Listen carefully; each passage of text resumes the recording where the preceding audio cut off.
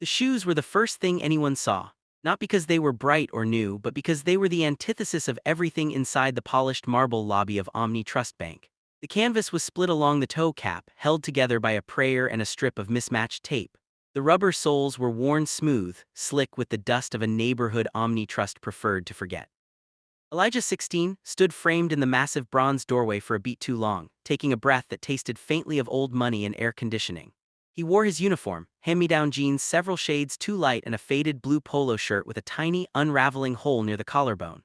He was tall for his age, with the broad shoulders of someone who had learned early to carry more than just his own weight.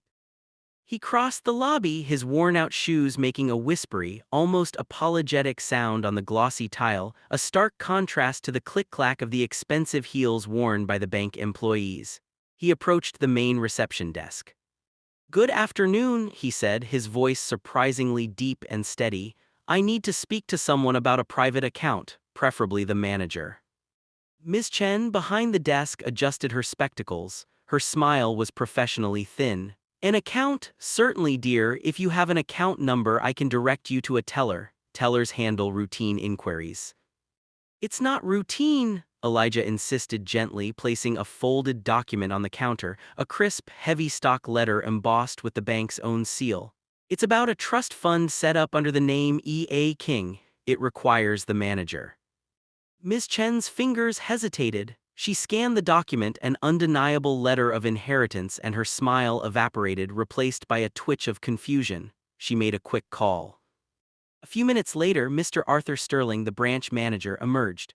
Sterling was a man who looked exactly like the branch manager of Omni Trust should look: perfectly tailored charcoal suit, silver hair immaculately swept, and an air of perpetual authority. He greeted Elijah with the forced heartiness of a politician, his eyes darting involuntarily down to the patched canvas on the boy's feet. Elijah was ushered into Sterling's office, a room paneled in dark cherry wood that smelled faintly of leather and success. Sterling sat behind a massive desk. "Now, son," Sterling began, leaning back and lacing his fingers over his vest, his tone immediately shifting from professional to patronizing. "I understand you have some questions regarding a trust fund. These things can be complicated. I need to see some official ID, and then perhaps we can talk about the details of your account." Elijah produced his ID. "Very good, Elijah," Sterling said, trying to maintain control. "Now, this trust, set up by your great-aunt, I believe, are you currently employed?" "I help my mother with her catering business, and I work Saturdays at a grocery store." Sterling chuckled, a soft, superior puff of air. "A grocery store, excellent, hard work is commendable." Now, Elijah, trust funds like this, especially older ones, are often symbolic. Sometimes they only contain a small amount, perhaps enough for textbooks or a nice bicycle. "We need to manage expectations. You look like a sensible young man." Sterling typed on his keyboard, pulling up the file. The account size was not immediately listed. "All right, let's see what we have here," Sterling muttered, his fingers hovering over the balance inquiry button. He was already composing the gentle, dismissive speech about saving pennies. He pressed the button. The information popped up in a large, bold font. Sterling gave a sharp, involuntary little ha of laughter, a short, self-satisfied bark that suggested, "See, I told you so, the poor kid in the rags." But as the laughter faded, his eyes finally registered the scale of the number. The decimal point was much further to the right than he'd anticipated. He leaned in, his silver hair suddenly seeming less immaculate. He scrolled the window to confirm the currency type. Sterling blinked once, twice, running a dry tongue over his teeth. The initial laughter died in his throat, replaced by a cold, immediate shock that felt like plunging into an ice bath. He swallowed hard. The number was real. The balance read $14,210,045.88. Arthur Sterling did not just swallow, he performed an involuntary full-body shudder. His mind, trained for decades in the subtle art of assessing worth based on outward appearance, was reeling. His immediate, superior amusement had been a multi-million-dollar blunder. His face rapidly cycled through shock, self-recrimination, and a blinding flash of opportunity. "Mr. King," Sterling began, his voice now lower, richer, and dripping with an unctuous, immediate warmth. He leaned forward. Forgive my casual assumption earlier. Old habits, you know. Sometimes these systems pull up dormant accounts and the initial listing can be misleading." He gave Elijah a genuine, almost desperate smile. Your great-aunt was a remarkable woman, a visionary. This account is not a symbolic fund, Mr. King. This is a substantial, fully vested trust fund managed with exceptional foresight. Yes, I know, Elijah confirmed simply, his quiet reply acting like a punch to Sterling's already deflated ego. Right, of course you do. Now tell me, Elijah, how can Omni Trust best serve your needs? I apologize for the wait. My primary focus is always our most valued clientele, and that clearly is you. The sudden deference was staggering. Elijah held up 3 fingers. 1, to confirm the fund is active, which you just did. 2, I need the terms regarding usage. Sterling quickly summarized. The principal amount, the $14 million, is invested in a long-term portfolio until you turn 30. That's the rule. However, the interest, dividends, and capital gains are entirely yours effective today. The fund currently generates, conservatively, about $450,000 to $500,000 per year in liquid assets that you can access immediately. Elijah merely nodded. And the third thing, I need to make a withdrawal for my mother.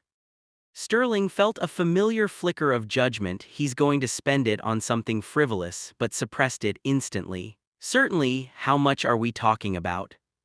Elijah pushed a final medical invoice across the desk. Amount due, $18,345. This is easily handled, Elijah, Sterling said, relief washing over him that the money was for a legitimate purpose. We can transfer this directly. No, Elijah corrected, his gaze firm. I need cash. My mother has been worried sick about this bill for 6 months. She's been juggling payments. I want to walk into her kitchen, place the stack of cash on the table, and tell her it's done.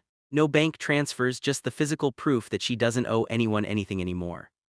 Sterling stared at the immense maturity in the boy's eyes. Understood, Mr. King, Sterling said, standing up. It will take 15 minutes for the vault to prepare the funds.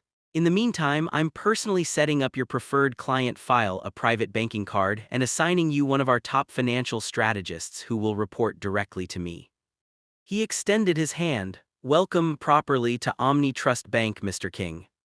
Elijah shook his hand firmly. My name is Elijah, and those shoes, he looked down at his taped, scuffed footwear, they got me here just fine. They remind me of what I'm here to change.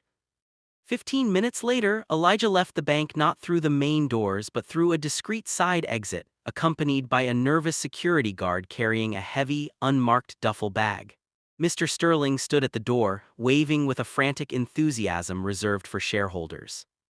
Elijah dismissed the guard 2 blocks from his apartment building. He didn't want the spectacle. He pulled the heavy stack of $100 bills out of the bag and placed it into a durable shopping tote he'd brought for the purpose. He wanted to feel the weight of it, the physical representation of his aunt's legacy and his mother's sudden freedom. He walked into his small, cramped kitchen.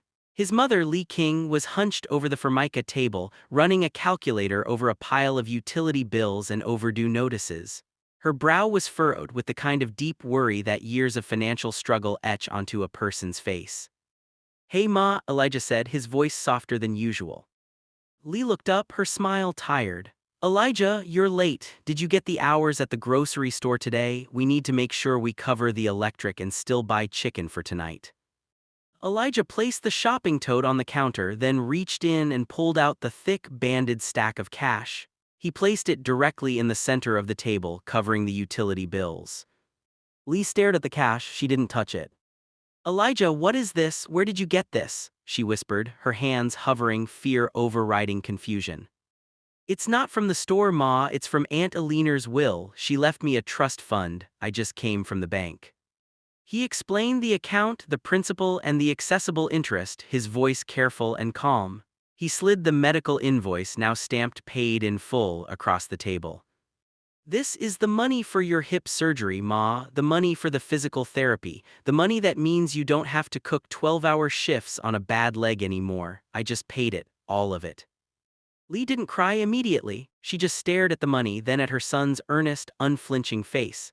The silence in the small kitchen was the heaviest sound in the world. Then she let out a sob, not one of grief but a deep, guttural release of years of impossible tension. She pulled him into a hug that squeezed the air out of his lungs. I was so scared, Eli, she choked out. I was so scared I'd lose the business, lose the apartment, I kept praying for a miracle. It wasn't a miracle, Ma, Elijah said, gently pulling back. It was Aunt Alina, and now it's ours. The money doesn't change who we are, but it changes what we can do. Over the next few months, Elijah's life was defined by the concept of leverage, not luxury. He bought himself one modest, high-quality pair of walking shoes but kept the worn-out ones in his closet. They were his reminder. His first major action was with the interest money. He didn't move to a mansion. He bought the fourplex apartment building they lived in and renovated the ground floor into a commercial kitchen for his mother's catering business, giving her space to grow without the crippling weight of rent. His true focus, however, was his community. His neighborhood had a dilapidated, city-owned youth center that had been slated for demolition. Using his liquid funds, Elijah quietly bought the building. He established the Alina A. King Foundation and used the annual $500,000 income to fund the center's renovation, hiring local contractors and artists. He named the renovated space the King's Corner. Back at Omni Trust, Mr. Sterling was working overtime to court his new, teenaged millionaire. He sent personalized notes, offered Elijah the use of the bank's private lounge, and assigned him the top strategist, Ms. Anya Sharma. Anya Sharma, unlike Sterling, saw past the worn image instantly. She recognized the intelligence in Elijah's questions about impact investing and community development credit unions. One afternoon, a month after the center opened, Sterling called Elijah into his office for a routine update. Sterling, eager to show off his newest high-value client, was overly complimentary. Elijah, the press coverage on the King's Corner has been superb. A true act of philanthropy. It's making Omni Trust look very good, I must say. I've even put a photo of the center in our quarterly report. Excellent work. Elijah smiled politely. Thank you, Mr. Sterling. The renovation is only phase 1. We're currently looking for a significant anchor investment for Phase 2, a free after-school tutoring program focusing on STEM. Sterling's eyes widened with greed and delight. STEM, wonderful, a huge tax write-off potential. How much capital are you looking to raise? Omni Trust can secure loans, find venture capitalists, we can. No loans, Mr. Sterling, Elijah interrupted gently. I'm looking to use about $3.5 million from the principal, just under a quarter of the total fund, to establish an endowment that guarantees the center's programming will be permanently self-funded. Sterling froze. Elijah, you know the terms. The principal is protected until you turn 30. You cannot touch it. Elijah leaned forward and placed a heavy legal folder on Sterling's desk. I know the terms, Mr. Sterling, but you may want to reread Article 4, subsection C, which covers catastrophic community events or extraordinary philanthropic opportunities that align with the original trustee's mandate of uplifting the deserving. It requires the written consent of a qualified legal counsel and a 2/3 majority vote from the original 3 trustees. Sterling's blood ran cold. The Greytant's lawyer had left the loophole. Who are the 3 current trustees? Sterling asked, dreading the answer.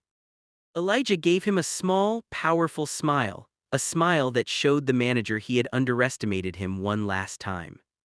The first is the fund's assigned attorney, who is already on board. The second is my mother, Lee King, and the third, Mr. Sterling, is me.